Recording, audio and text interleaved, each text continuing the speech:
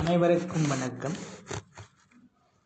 ஓம் மகா கணபதி பிரசன்ன, ஓம் நமச்சிவாய பிரசன்ன, ஓம் நமோ நாராயண பிரசன்ன, ஸ்ரீ அபிராமி பிரசன்ன,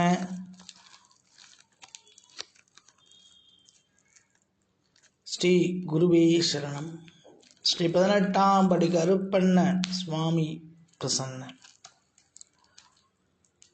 வருகின்ற நவம்பர் மாதம் வருகின்ற குரு பெயர்ச்சியையொட்டி கடக ராசிக்கான பலாபலன்கள் இன்னொரு சேனலில் ஒரு 2-3 நாளாகவே எல்லா ராசிகளுக்கும் படிப்படியாக போட்டுட்டு வரேன்.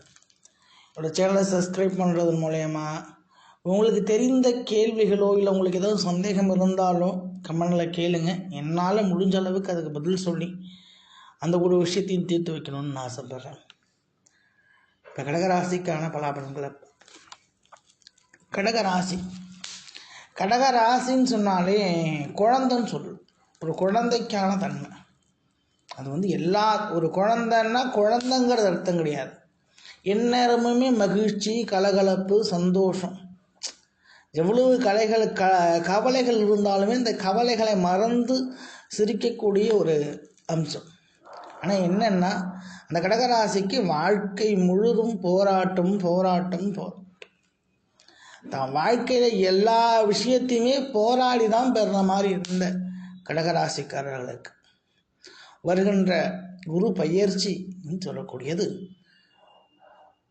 பாதி நன்மை பாதி கஷ்டம். என்னடா அது பாதி நன்மை பாதி கஷ்டம்னு சொல்கிறான்னு பார்க்குறீங்களா? ஏன்னா கடகராசிக்கு 9ஆம் இடம் பாக்கியஸ்தானத்துக்குரிய குருவும் 7ஆம் இடம் கலத்திரஸ்தானத்துக்குரிய குருவும் நீச்சம் பெறுகிறார். 7ல் குரு அமர்றது ஒரு வகையில் யோகம்தான். திருமணம் ஆகாதவங்களுக்கு திருமணம் நடக்கும். குடும்பத்தில் கணவன் மனைவி ஒற்றுமையில் இருக்கக்கூடிய பிரச்சனை விலகும். குடும்பத்தில் ஒரு சந்தோஷம், ஒரு குதூகலம். குருவுடைய பார்வை உங்களதில் 9ஆம் பார்வை உங்கள் மேலே படுறதுனால ரொம்ப நாளாக தடைப்பட்ட விஷயங்களை செஞ்சு முடிக்க முடியும். அதில் எந்த ஒரு குறையும் இல்லை. ஆனால் 7ஆம் இடம் கலத்திரஸ்தானம் மட்டுமல்ல, மாரகஸ்தானம். இந்த மாரகஸ்தானத்தில் குரு அமர்வதனால் உடல் ஆரோக்கியத்தில் மிக மிக கவனம் அவசியம்.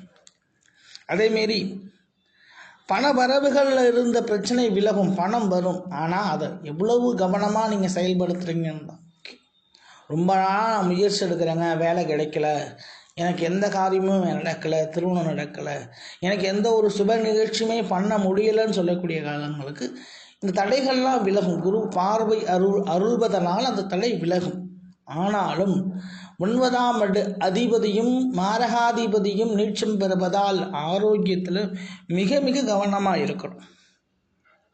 அதேமாரி நான் இவரை நம்பினேன், இவர் எனக்கு செய்வாருன்னு நினச்சேன், யாரையும் நம்பி எந்த ஒரு செயலையும் செய்ய வேணாம்.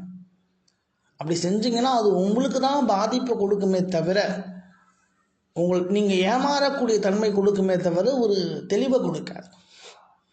அது மாதிரி இந்த 7ஆம் இடத்து குருவினால் உங்களுக்கு ஒரு 60% வெற்றிகள்னு சொல்லலாம். மீதி 40% உடல் ஆரோக்கியத்தில் கவனம் இருக்கணும். ஏன்னா சந்திரனுக்கு 6ஆம் இடத்து குருவும் 9ஆம் இடத்து குருவும் உங்களுக்கு 6க்கும் 9க்கும் ருணரோக சத்ருச்சானத்துக்குள்ளேயும் மாரகத்தில் உட்கார்றதுனால திடீர் உடல் பாதிப்பை கொடுக்கலாம். அது மாதிரி உங்களுக்கு வருகின்ற சனி பெயர்ச்சி வரைக்குமே கொஞ்சம் நிதானம் தேவை. டிசம்பர் மாதம் வருகின்ற சனி பெயர்ச்சி வரைக்குமே.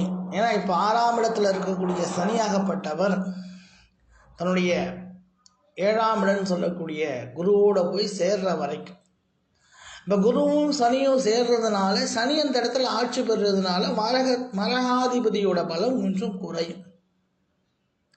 சனி பலம் பெறுறதுனால, சனி அம்மரிடம் யோகத்தை கொடுக்கறதுனால அந்த உடல் ஆரோக்கியத்தில் தெளிவு கிடைக்கும். திருமணத்தடை, கணவன் மனைவிக்குள்ள இருந்த பிரச்சனைகள் எல்லாமே படிப்படியாக மாறி எந்த ஒரு கவலைகளை தீர்த்து ஒரு தெளிவை கொடுக்கும். அதேமாரி இன்னும் சொல்ல போனால் உங்களுடைய ராசிக்கு 11ஆம் இடம் என்று சொல்லக்கூடிய லாபஸ்தானத்தையும் குரு பார்க்கிறார். அப்போ லாபஸ்தானத்தை குரு பார்க்கிறதுனால மறைமுக தொழிலாளர் லாபம், நேரடியாக முதல் இல்லாமல் மறைமுக தொழில் பண்ணுறவங்களுக்கு லாபம் கிடைக்கும். அதேமாரி சொல்ல போனால் கன்னி ராசிக்கு 3ஆம் இடம் சொல்லக்கூடிய சகோதரஸ்தானத்தை தைரியஸ்தானத்தை பார்க்கறதுனால ஒரு மிதமிஞ்சிய தைரியம் மனசுக்குள்ளே வரும். எதுவாக இருந்தாலும் நம்ம சாதிச்சுக்கலாம்.